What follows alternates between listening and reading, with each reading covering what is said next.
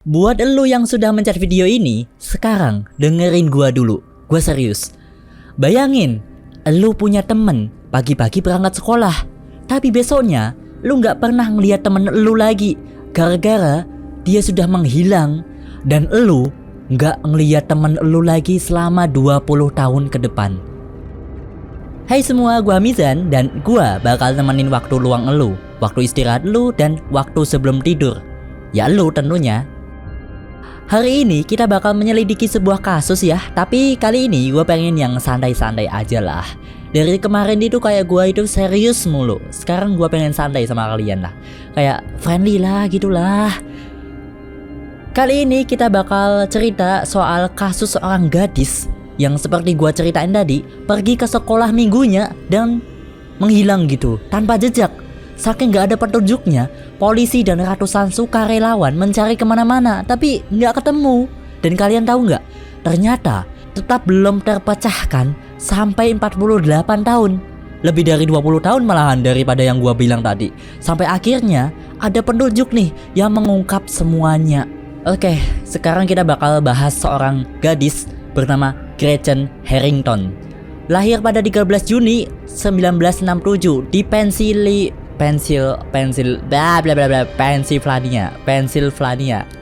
Apalah ya, pokoknya gua tulis lah, gua edit lah kayak gitulah. Dia adalah seorang anak bungsu nih, atau anak terakhir dari 3 putri, dari 3 anak lah. Jadi dia itu yang paling muda. Nah, segera nih setelah kelahirannya, keluarga ini nih pindah ke sebuah kota kecil karena ayahnya yang adalah seorang pendeta mendapatkan pekerjaan di gereja lokal sana. Gretchen langsung menyukai kota ini pas sudah agak gedean nih. Dia menghabiskan banyak waktu di luar ruangan bersama saudara perempuannya. Ya Allah, ada notifikasi. Dia itu bener-bener suka banget, saking sukanya dia itu sering main kesana kesini sampai nggak inget waktu. Sampai pulang ya paling cuman pas maghrib doang. Nah, nama kotanya adalah Brol. Dulunya ini adalah tempat yang paling aman. Saking amannya, orang tua dulu itu nggak takut kalau membiarkan anaknya itu main sampai gelap, sampai maghrib. Biasanya nih kalau orang Indo main sampai maghrib udah pulang, udah dimarahin, digebukin lo malahan. Tapi yang ini enggak. Ini sampai Isya, sampai jam 9 malam masih nggak apa-apa malahan. Dan tempat ini itu alamnya itu kaya banget. Komunitasnya juga erat banget, persaudaraannya itu masih erat banget. Ya iyalah, masih belum ada HP gitu kan. Dan tempat ini kayak surganya bagi anak-anak deh, karena kayak mereka itu banyak temen banget, asik gitu, nggak ada HP, masih main sana-sana, masih main sana-sini, dan masih fokus gitu, masih taat sama agama. Jadi nggak ada deh yang namanya belok-belok, login gitu, enggak. Gretchen ini menghabiskan banyak waktu bersama ayahnya. Kalau dulu di tahun 1975 itu ada yang namanya sekolah minggu. Gue nggak tahu ya kalau di Indonesia itu ada nggak ya sekolah minggu buat khusus yang Kristen kayak gitu. Mungkin ada, kalau mungkin coba cerita di bawah. Dan Gretchen ini di sekolah minggunya itu selalu mendapatkan nilai paling tinggi. Asli tertinggi. Ini kalau misalnya lo punya teman, dia udah jadi teman paling ranking 1. Nah, pada hari Minggu 15 Agustus 1975, ketika Gretchen berusia 8 tahun, keluarganya itu sangat menantikan kedatangannya. Ibu dan saudara perempuannya yang baru lahir dari rumah sakit itu pada nungguin nih, Gretchen itu kemana, kok nggak datang kan ya. Mereka nungguin nih Gretchen pas sore-sore harinya nih, pas mau pulang. Tapi sebelumnya nih, pas pagi harinya, Gretchen ternyata di hari kelahiran saudaranya, Gretchen itu harus masuk, disuruh sama ayahnya. Biar apa? Biar absen, biar nggak ada yang bolos, menjaga nilainya. Ya, Gretchen itu dengan notifikasi lagi, udah maaf ya. Ya, Gretchen itu dengan terpaksa, itu kayak agak, aduh. Ya kalau di dalam hati Gretchen, kenapa sih gue harus sekolah padahal gue mau lihat saudara gue gitu kan. Ya mau nggak mau karena ini ayahnya, permintaan ayahnya, dan Gretchen harus nurut. Ya udah deh, dia ngambil Alkitabnya dan pergi ke gereja. Biasanya nih Gretchen itu jalan sama kakaknya, cuman kakaknya itu nunggu nih di rumah buat nungguin si kelahiran saudarinya ini ya. Meskipun cuman sendiri, Gretchen itu nggak takut. Jadi dia juga cuma jalan sendiri karena ya gereja itu cuman ya kurang lebih 1 mil atau kalau dikalkulasiin 1,6 kilometer lah. Hanya kurang lebih 8 menit lah kalau jalan kaki. Dan pelajaran sekolah minggu Gretchen itu ada 2 bagian. Pertama, anak-anak kumpul di gereja yang namanya gereja Trinity. Dan setelah sekitar 1,5 jam, mereka ini dikumpulin lagi nih menuju ke gereja ayah Gretchen. Tapi ketika yang lainnya teman-teman Gretchen udah tiba di gereja kedua milik ayahnya Gretchen, si ayahnya ini malah nggak ngeliat putrinya. Kayak, loh, anakku mana, kok teman-temannya udah nyampe tapi kok anaknya nggak ada. Biasanya kan udah nyampe duluan. Dan disinilah keanehan terjadi. Karena anak-anak yang lain sudah nyampe, padahal ini udah dibagi menjadi kelompok ya. Udah kayak anak-anak pramuka gitulah. Tapi Gretchen nggak ada dalam kelompok. Mungkin Gretchen masih tinggal di gereja yang lain atau gereja yang sebelumnya itu. Jadi dia nelpon ke sana. Yang menjawab panggilan itu adalah istri dari pendeta bernama David yang mengajar di sekolah minggu. Katanya Gretchen tidak ada di sana. Istrinya David yang dengar ini memberitahu deh suaminya David tentang apa yang terjadi. Nah, si David ini terkejut. Dikiranya Gretchen itu nggak masuk buat menghadiri kelahiran saudaranya itu. Soalnya si David ini juga nggak ngeliat nih kehadiran Gretchen di kelas pagi itu. Ayahnya Gretchen langsung khawatir nih. Dia bertanya ke David, memanggil polisi dan pergi mencari putrinya. Sang ayah melaju di sepanjang rute di antara gereja-gereja. Dia telusurin tuh jalan-jalan yang dilewati yang biasanya dilewati anak-anak, tapi nggak menemukan Gretchen. Ayahnya juga menghubungi orang tua temannya. Harapannya sih ada sesuatu yang mereka tahu. Tapi nggak ada dari satupun di antara mereka yang ngelihat Gretchen di pagi hari itu. Polisi segera deh memulai pencarian. Berita hilangnya Gretchen menyebar ke seluruh kota. Ratusan relawan dengan cepat bergabung dalam praktik mencari Gretchen kemanapun berada di sekitar lokasi-lokasi gereja. Sampai penduduk-penduduk di sana yang kenal sama ayah Gretchen, yang gak kenal pun sampai bantuin mereka. Bersama penduduk, polisi ini menggeledah semua seluruh kota, kemudian mulai menyisir beberapa kawasan hutan sampai tepi sungai. Helikopter polisi pun juga dikirim buat memindai area dari atas. Pencarian di hari itu berlanjut hingga malam hari, tapi mereka nggak membuahkan hasil sama sekali. Pada hari berikutnya, semakin banyak relawan yang bergabung dengan polisi, membuat flyer dengan foto Gretchen dan semua informasi tentang kepergiannya yang dipasang di sepanjang jalan, yang diserahkan juga kepada pengemudi yang lewat. Cuman, upaya ini bisa dibilang gagal nih, karena nggak ada hasil sama sekali di hari itu. Setelah beberapa hari pencarian, mereka tidak berhasil menemukan petunjuk yang signifikan sama sekali. Dan nasib Gretchen masih belum diketahui. Apakah itu masih hidup atau ada sesuatu yang menimpa, kan nggak tahu ya. Kan benar-benar hilang selama beberapa hari. Hilangnya Gretchen menjadi pukulan berat bagi masyarakat, karena mereka sudah terbiasa membiarkan anak-anak mereka bermain sampai malam hari. Bahkan nih, biasanya mereka itu menghabiskan waktu berjam-jam berkeliaran di hutan, berenang, itu nggak ada pengawasan tapi tetap balik nih. Cuma yang Gretchen ini beda. Gara-gara ini banyak teori yang beredar. Tetangga A bilang kalau misal Gretchen ini kabur dari rumah, tapi yang tetangga B bilang kalau Gretchen ini tenggelam di sungai. Tapi ada satu teori nih dari tetangga C yang paling menakutkan, kalau Gretchen itu sudah diculik. Dan entah apa yang terjadi, apakah organnya dijual atau bagaimana, gue nggak tahu. Tapi ini benar-benar teori yang paling menakutkan pas zaman itu. Sampai-sampai ada seorang ibu yang memotong rambut putrinya. Biar apa? Biar dia nggak menyerupai seperti perempuan. Biar kayak kelihatan laki-laki, biar nggak diculik gitu. Karena kalau anak perempuan itu biasanya lebih rentan diculik ya. Makanya itu ada seorang ibu yang sampai rela memotong rambut putrinya biar nggak kelihatan kayak perempuan gitu. Kalau sudah seperti ini ya ini berarti masalah yang serius banget di tahun itu. Tapi nih, selama investigasi polisi, akhirnya ada hasil nih. Sedikit petunjuk kalau ada seseorang yang melaporkan kalau Gretchen ini pernah didekati sama sebuah mobil dekat gereja gitu. Sama sebuah mobil berwarna wagon hijau gitu. Nih gua kasih gambarnya kayak gini lah kira-kira. Jadi mobil ini secara misterius mendekati si Gretchen. Tapi ya saksinya cuma bilang sampai itu aja. Habis itu dia nggak ngeliat lagi Gretchen kemana. Dan ada orang lain juga nih yang bilang kalau memang dideketin mobil, tapi warnanya wagon putih, Cadillac gitu. Nah, semua laporan yang masuk ini, polisi akhirnya kumpulkan informasinya, terus mencoba nih cari mobil yang sekiranya cocok sama deskripsi yang dikasih sama saksi-saksi ini. Tapi hasilnya, selama 4 hari ke depan, itu kayak mereka itu nggak dapat petunjuk apa-apa. Dan sayang banget, terus di hari itu, ada seorang misterius yang bukan misterius ya, tapi kayak seorang ini nggak mau dikasih tahu namanya. Dia itu menelpon polisi, menelpon pihak polisi. Dia menemukan sebuah celana pendek anak-anak yang cocok dengan deskripsi pakaian Gretchen di hari Gretchen hilang. Penyelidik langsung nih nunjukin celana ini ke ibu Gretchen, tapi ibu Gretchen bilang kalau itu bukan milik putrinya.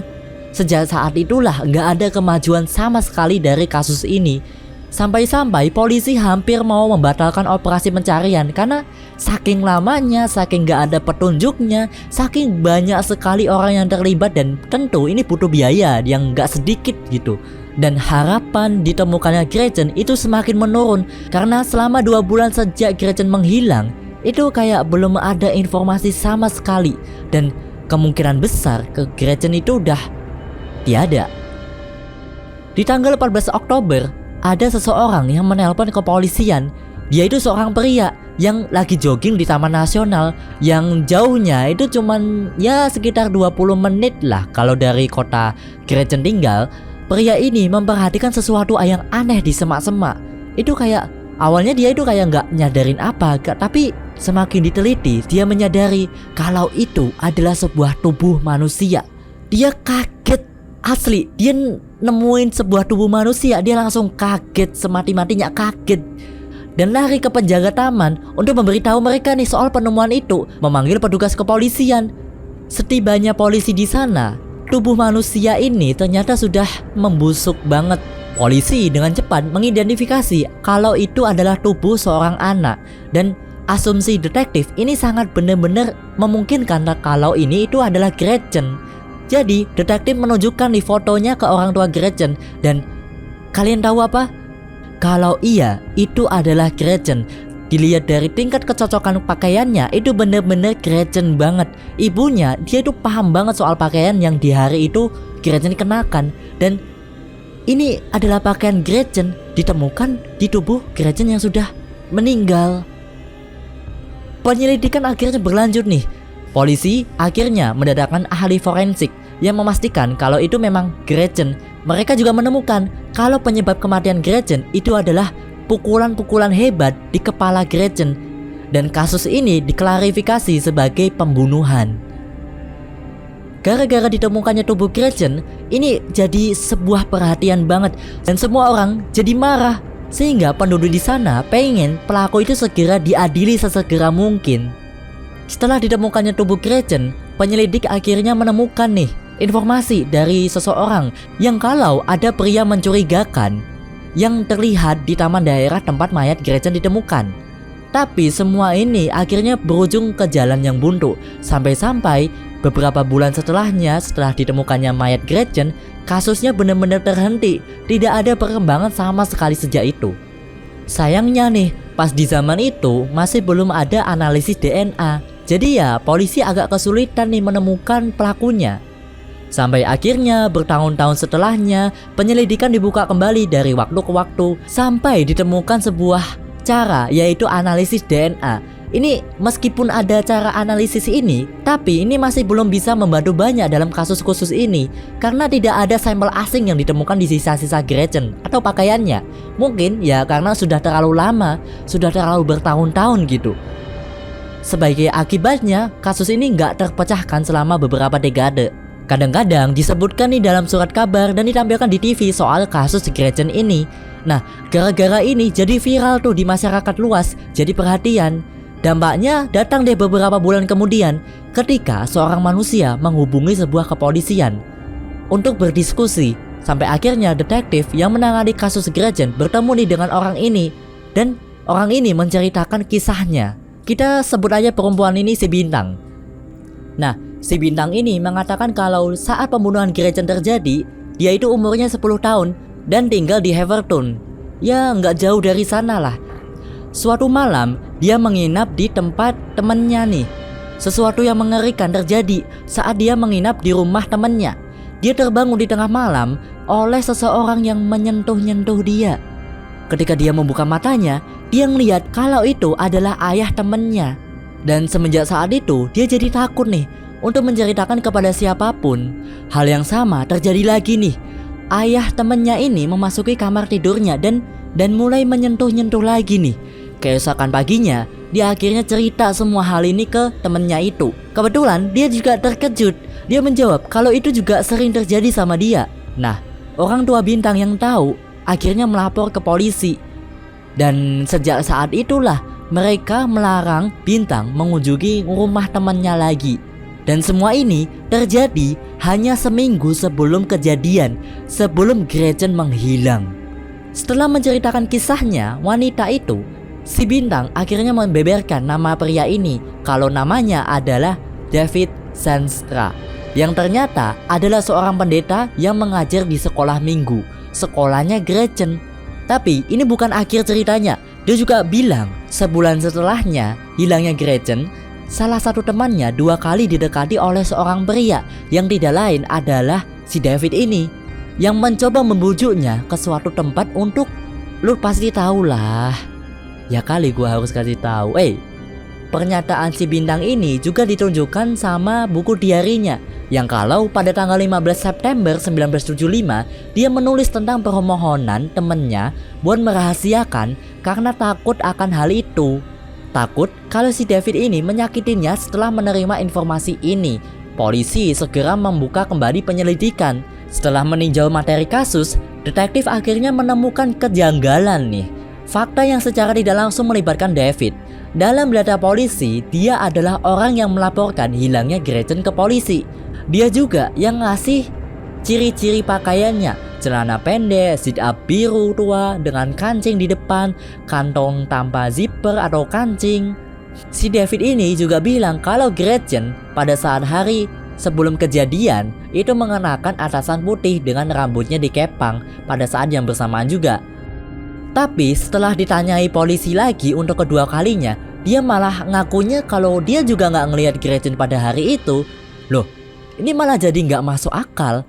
Gimana dia bisa tahu apa pakaian yang dipakai sama Gretchen sementara dia nggak ngelihat Gretchen pada hari itu? Setelah ditelusuri lagi mulai jam kelasnya, detektif juga dapat informasi lagi nih kalau si David itu terlambat masuk kelas selama 50 menit. Dan selama 50 menit kalau kita logikakan untuk sebuah penculikan, bisa jadi ini adalah waktu yang cukup, bahkan lebih dari cukup untuk menghilangkan bukti-bukti.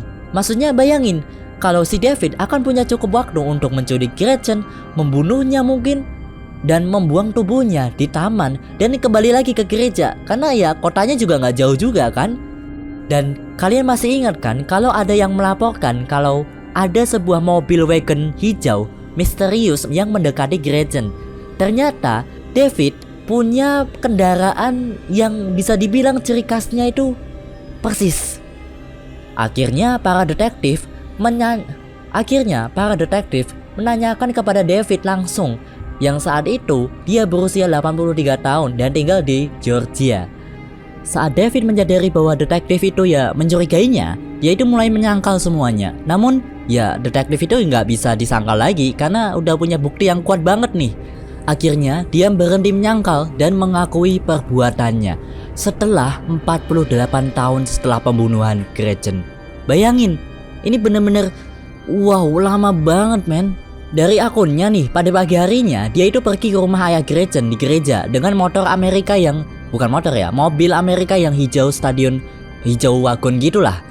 Dan terus dia melihat gadis yang pergi ke rumah itu juga, yang sama satu tujuannya. Si David menunggu nih sampai gak ada yang lihat.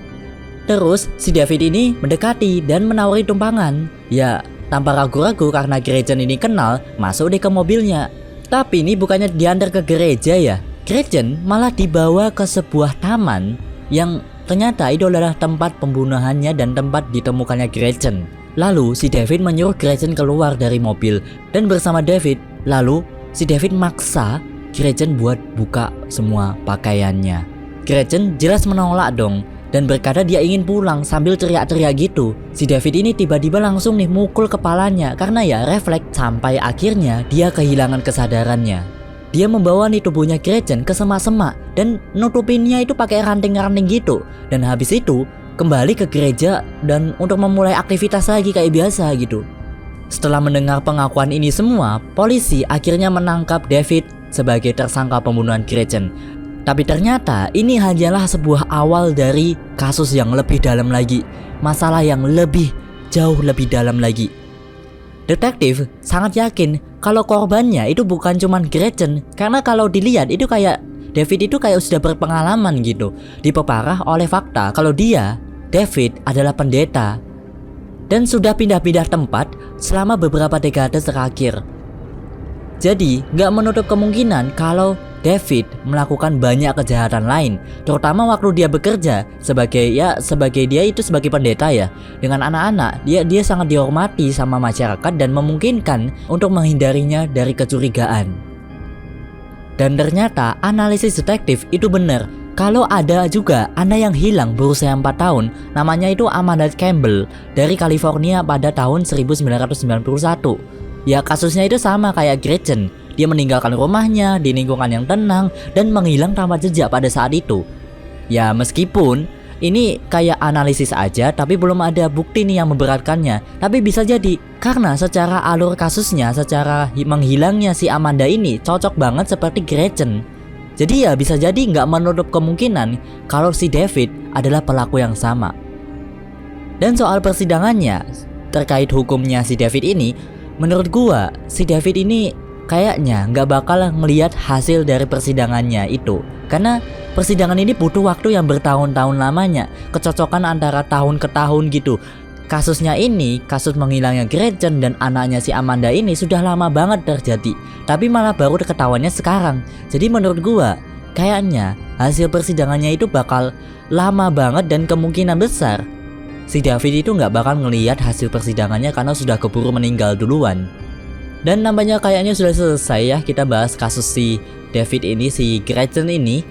Gua kayaknya bakal cerita lagi tapi mungkin minggu depan lagi. Gua mohon bantuannya supaya bisa konsisten ya, karena akhir-akhir ini gua nggak terlalu konsisten. Makanya gua minta tolong banget dukungannya dari kalian. Subscribe, ayo loncengnya dinyalakan yuk. Gua sangat menunggu kedatangan kalian. Bye bye.